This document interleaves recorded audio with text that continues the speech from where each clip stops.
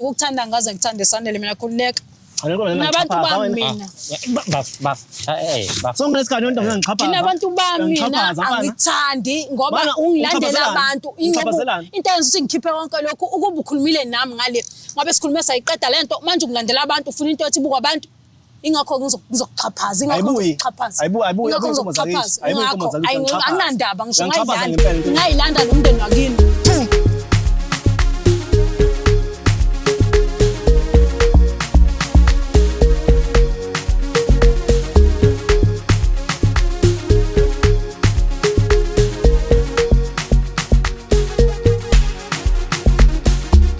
Ladies and gentlemen, manene namanenekazi emagumbini amanomhlaba nasey'ndaweni zonke lapho nibukela khona uhlelo silungisa umjolo. Igama lami nginkudlala Matifana, also known as the next biggest thing in South Africa.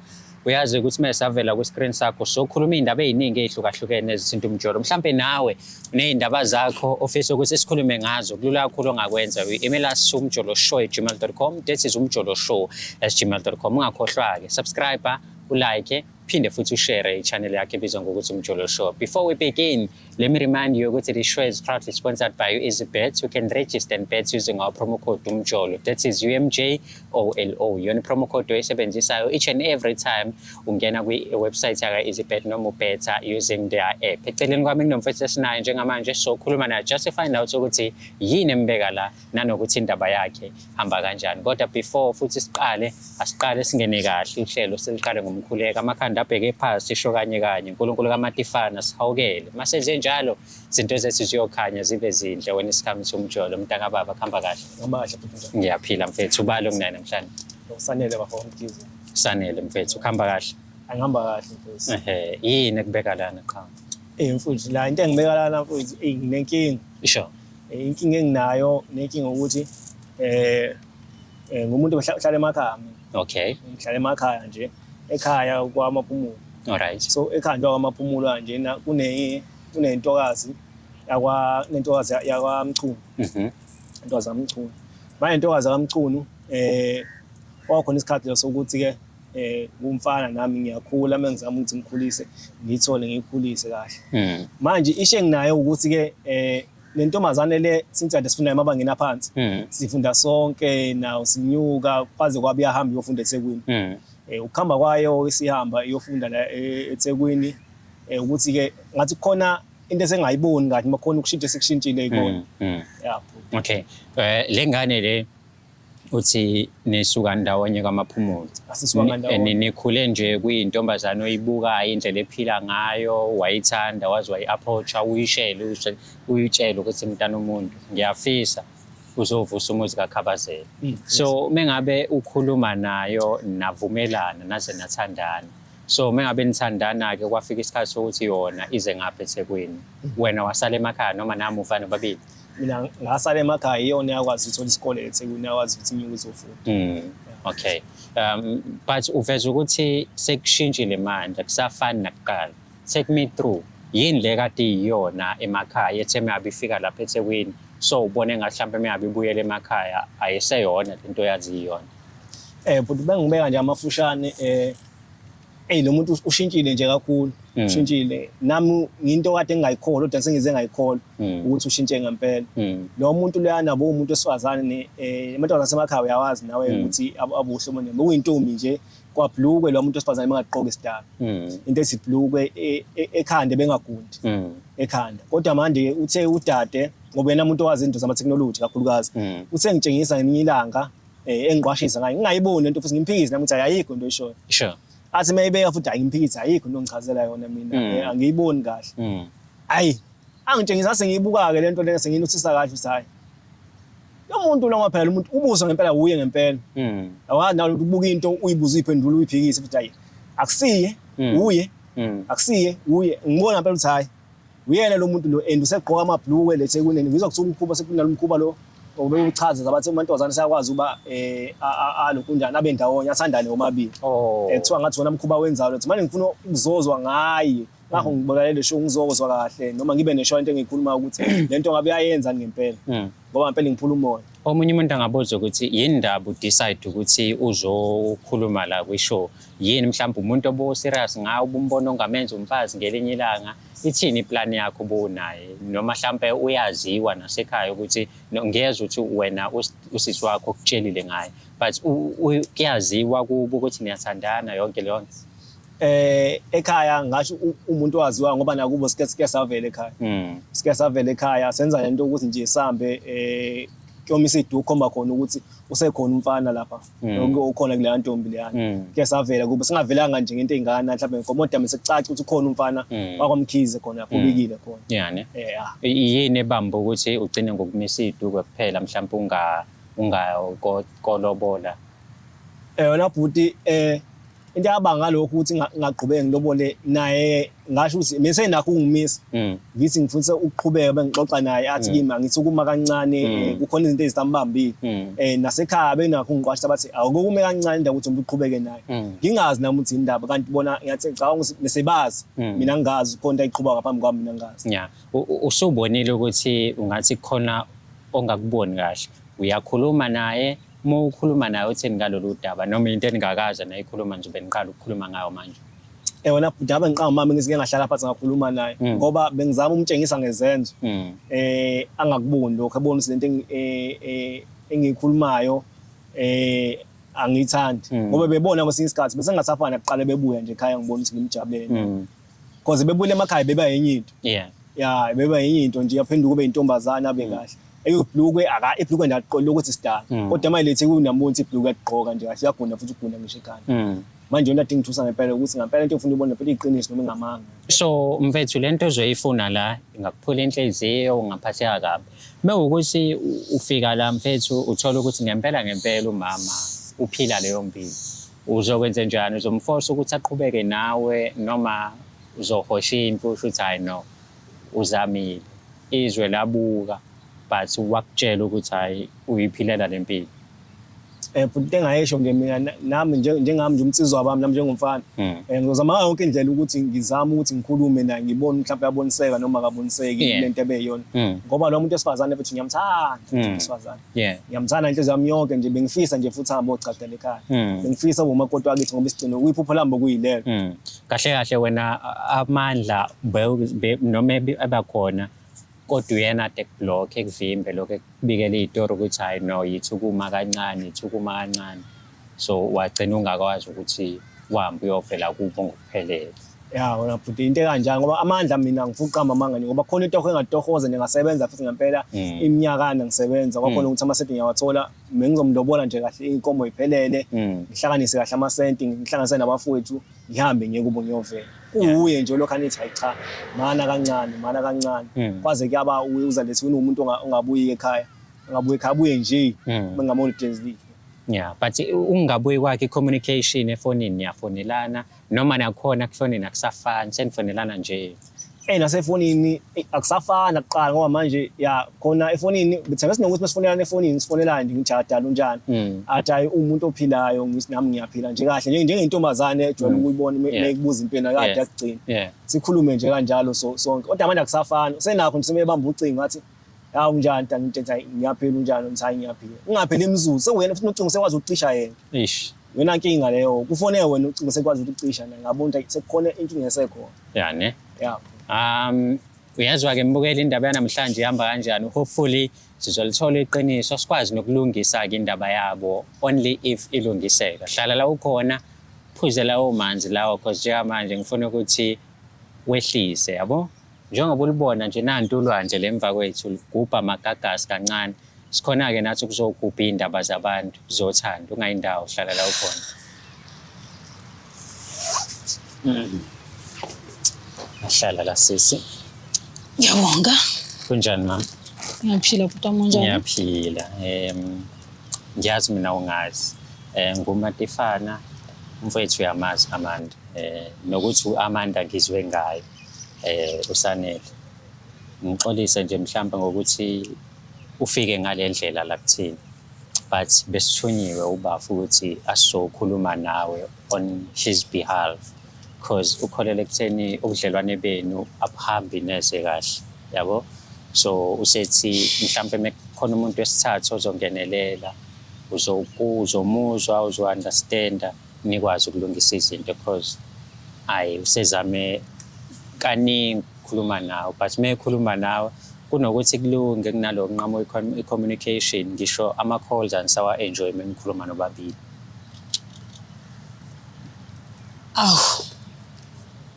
Sanele kwenze njani?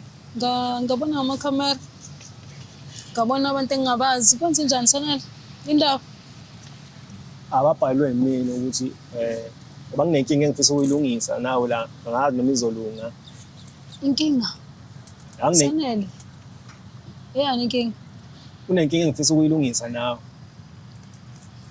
Lenkinga engifisa ukuyilungisa nawe ngiyibona nami sesekasembe nami sengiyabona ukuthi inkinga yangempela. Ngoba nakho uqhamusa uqonga ngisho amabhuluke la.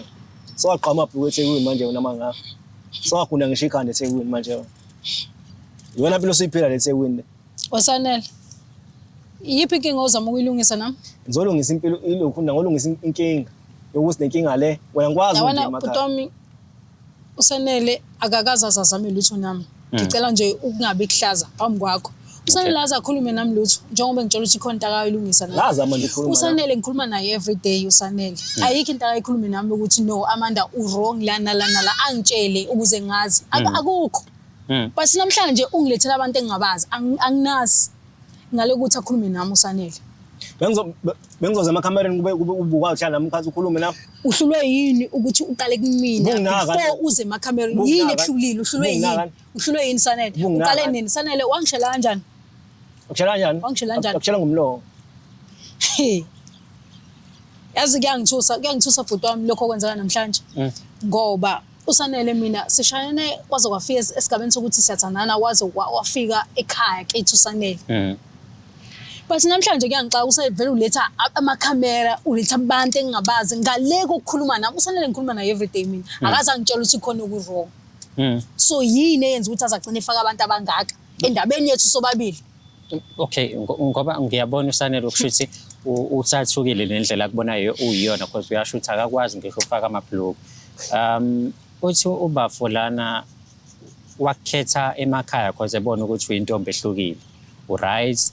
And wengakaze ezwa kuthiwa ukoma la nala wakhetha uproud futhi ukuthi mhlawumbe ngasho ukuthi uyena ngathi cha uyijonga impela elavunywa ngokubamba wena endaweni.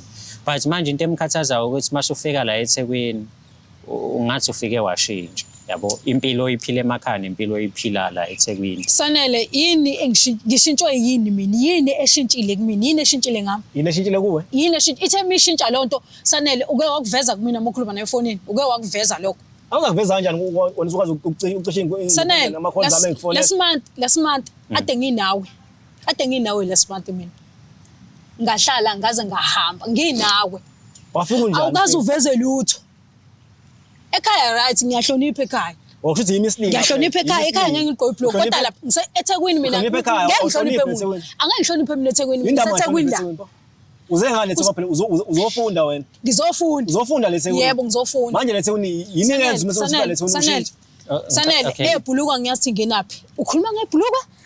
Iblood semzimbeni wami mangisekhaya ngiyahlonipha mina. Uma umuntu esebenza noma efunde noma enzani ngale emadolobheni, okwasemadolobheni ngisale emadolobheni uhlangana phona nalokho. Uke usho nini lokho? Usuzoqhamuka usuzokuveza phambi kwabantu ubusuza nabantu. Awuqhongani awuyona indoda wena, awuyona indoda. Yini? Awuyona indoda, angiyazi into enje. Okokuqala Sanele ihlazo kabi. Mina ngizokutshela nje namhlanje. Angizongixhaphaza. Tshena ke mina namhlanje ngitshela iqiniso ke mina lalela ke. Yebo ngithandana namanye amantombazane so what uzongenzani? Ngithandana namanye amantombazane so what? Nawe imhlola yami. Uzongenzani? Sonke lesikhathi nesi mina imisname ngifika kini ngizovela kini nje uphila nemkhubo egilayo eceleni. Ingakho ke mina ngikumisile ngoba kade wena ufuna uzovela ekhaya. Ngilo ngikumisa wena ubungaboni ukuthi awulethile mina ngizamile ukukustopa mina. Awungasho ngani uzokhumbula ukuthi khona la kwathiwa ufuna uze ekhaya ngakutshela ngathi mina angekho ready. Awungasho ngani bangithanda? Ngani ngoba bengibona. Oqala nje wena Sanele ufundiswe yimina ngishukhisa ukwazi ukuqabula uphicizana ngamathi phici ngakufundisa ukuqabula. Qambelana mama. Ngiyatshela nje mina ngiyakutshela mina. Ngithi wena ukuthi uzohlaza mina ngizohlaza wena ke. Awukwazi ngisho uqabula ufundiswe yimina ukuqabula. Ngani amantombazane? Awazi lutho. Amantombazane? ukuthi amantombazane noma yini angazi kodwa mina ufundiswe yini kade ngaqala mina ngicela ukutshela ukuthi mina ukuthanda namantombazane kade ngaqala njengoba ubona bengikumisa ingoba bengathi mina nginomshika wami engushaya ngalena namanye amantombazane wena anginangisho ama feelings akho ke nje mina angazi nokuthi uyini kumina ovumelani ba ukuthi angina feelings akho anginalutho lakho bengikhohlisa nje ngenza la nabazali bami ukuthi bejabule nawe futhi ujabule kodwa nje ukukuthanda ngaze ngithande sanele mina khululeka nabantu bami mina so ngesikhathi nonto ngichapha nabantu bami mina angithandi ngoba ungilandela abantu into enza ukuthi ngikhiphe konke lokhu ukuba ukhulumile nami ngale ngoba sikhulume sayiqeda lento manje ungilandela abantu ufuna into ethi buka abantu ingakho ngizokuxhaphaza anginandaba ngisho ngayilanda nomndeni wakini ngayilanda anginandaba ngisabi angisabi mina nawe uzongijaja namhlanje into engazisho ukuqabula into engazi lutho nix ukhulele bwen hayi ngeke angisasithithi somfana esije ngiyalahleka lana ubafo utheme ekhuluma nami wathi kini wavela nje ngokukhuluma kwavunyelana ukuthi hayi cha ukuthi ufuna ukuzolobola angazi wamisa ngisho iduku but manje ngimuzwe ekhuluma nezinkomo kanti kwasekufike usanele ukhiphile akakhiphile usanele mina angazi nezinto abayikhuluma nabantu abadala ngoba usanele akaqala kumina usanele ukhuluma nabantu bakuba abadala mase eza kumina sethi hayi kade kunje mina into eyiningi usanele ayikhulumi nami ngoba bengivele ngimstopa ngoba ngiyazi ukuthi mina vele ama feelings akhe anginawo angimthandi mina mhlamba ngibuyele ngapha ngakwena sithi ekuqaleni lento usemakhaya bovela uphila lempilo kuukuthi uhlonipha indawo okhulela kuyona noma yinto nje ekuqalela eThekwini usumdala kodwa wami lempilo mina kade ngayiqala mina kade ngayiphilela kanjena akuyonto engiqala namhlanje mina kade ngayithanda namanye amantombazane mina ubona njengathi abafana ngiba reject esikoleni ngifunde nayo uyangazi bona bebafuthi ngisiphethe kahle ngoba isikhathi esiningi ngispenda namanye amantombazane kodwa mina ngazi ukuthi mina vele ngiyafeelings amanye amantombazane sanele ubungiqina ubungiqina sanele unginike chance wami noma ukusho cha mana sanele anginalo lokho sidala sanele ngithemba ngifika eThekwini awungasho ngani ngafica abantu abafana nami nokuyilapho ngabaxoxela ngabatshela ukuthi mina ngiphila impilo kanje ngabatshela ukuthi bengihleze ngibuka amantombazane ngiwahalele ngingazi kwenzakalani ngami ngingazi understand nami nokuyilapho ngithe mase ngifica bona ngale base sakhuluma nabo bangitshela ukuthi no phila impilo yakho wena abantwana ngichaphaza phansi hayi anginandaba ukuthi kufika kanjani wena oxhaphaza mina kuqala ulanda amakhamera ulanda abantu engingabazi aqhusha into iqiniso uzongikhipha kanje aphoxa ukuthi angakithi imfana nayo hayi anginamsebenzi wena ophoxa mina kuqala ungilandela abantu ushulwa yini ukukhuluma nami uzobona ukuthi awuyili isoka into yalutho wena awunto yalutho wena usoka into yalutho into ehlule ngokukhuluma ulanda abantu instead of ukhulume nami bungilalela sis mfana nje sis namanje ngiyashela ushela futhi awazi ungishele na kahle wena awukwazi nokushela waqhuma kanjani pho wabona la ngakho ukuthi ungawazi ukuqabula ukuthi awukwazi nokushela waqhuma kanjani hayi suka wangibangela isicefe ngenza lokususa isicefe eduze kwami hayi suka mengabuziselwe ukukhuluma ngokuqabula kanti khona awukazi wakwenza lokho kunye mfowethu eqabula efundiswe yimina mfeni wabili ndani ngizima ngizekwe ngoba ngizokhala manje masimbo wabuza ubuzelani na ngiyabuza ukuthi ngicaphazelani akazi lutho lona akazi ukuthi into yafundiswa yimina bhuti wami ufundiswe yimina uqabula lo uzolungisa akazi lutho cha ukuthi ngiyabona ukuthi ayisekho le relationship sengiyabuza ukuthi manje njengoba sefocus kwabantu besifazane avele azalwe impilo eyiphila kuyileyo usezohamba awenzanga lutho na bengibuza lokho bengingathi ngenapho bhuti wami ngikutshene mina uhlanganapho lo sanele lo esikoleni ubaziwa nje njengomfana oshaya igwababa akakwazi ngisho ukushela akakwazi kwenza lutho lo kakhuluma nami nje sengenzela yena obelokho engibangela isicefe ngathandana naye ngamtshela ukuthi ngisungixina ngathandana naye ngamtshela ukuthi ungayi kovele ekhaya ngoba mfethu bengazi mina ukuthi vele nginanenhlelo zami enginazo engathi mhla ngiphumele ubala uzoba nenkinga lo ngoba uyishimane uzoba nenkinga ngoba ufundiswe yimi nokuthi umuntu uthanda kanjani akazi lutho bangaza azajole namuntu lo ukuthi angushaye azajole namuntu hayi ngisho ngangishaya cabanga asikugqugquzeli-ke lokho ngisho ngangishaya cabanga kodwa ngitshela iqiniso ngidlala ngeqiniso iqiniso uyalazi ngafika mina ungawazi ngisho ukuqabula mina wena ungibhixiza ngamathe ngakufundisa ngathi wo ngakutshela ukuthi uqatshula kanjani intombazana ungazi lutho fundiswa yimina okay so moving forward bafu usulitholile iqiniso manje ukuthi usisuphila empilweni. Uku-accepta umdedela aqhubeke nempilo yakhe noma ufuna ukuthini kuyena. Because manje usuyazi ukuthi lento ofuna niyenze ngeke yenzeke because uyiphilela impilo eseceleni kunale wena oyifunayo.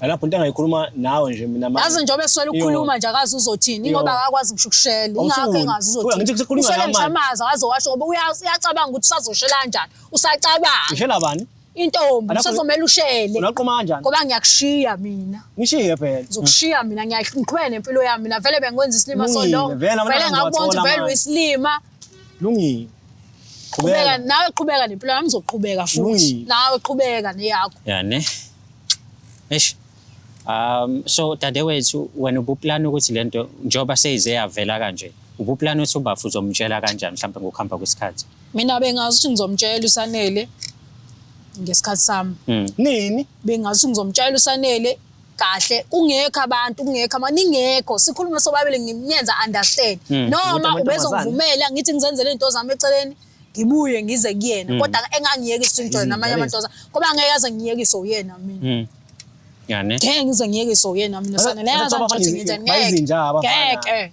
ube nenza nje ngeke ngiyekise wena mina ngoba nginangisha ama feelings akho ngisho ngiqabule kuvele uba ngathi angazi kwenzakala ngikhiso kho bandayo kuyabanda nje yonke into yakho mina angazi angikwazi nje ngiyaxolisa mfethu ukuthi uthole ngalendlela but ke true will set you free nawe ngiyathemba ukuthi uzokhululeka ngaphakathi mozwa lezi indaba noma zibhlungu but ke life goes on uzohila mfethu uthola intombi ozoyithanda because kuyacaca ukuthi le beyingabekele wena niphila impilo engafani yabo ngiyaxolisa kakhulu mfethu sis ngiyabonga isikhathi sakho nanokuthi iqiniso ubafu siyalazi angazi nanokuthi ngithini phela wona amagama bafethu balani lapho kuma comments ukuthi nithini ngale situation mawukuthi ufuna ukuyibona ula ngelinye ilanga umjoloshow@gmail.com yona book me as your DJ as your MC dlala matifane@gmail.com ngakhohle ukusubscribe ulike uphinde futhi ushare channel yakho umjolo show siyabonga kakhulu ukubukela kwakho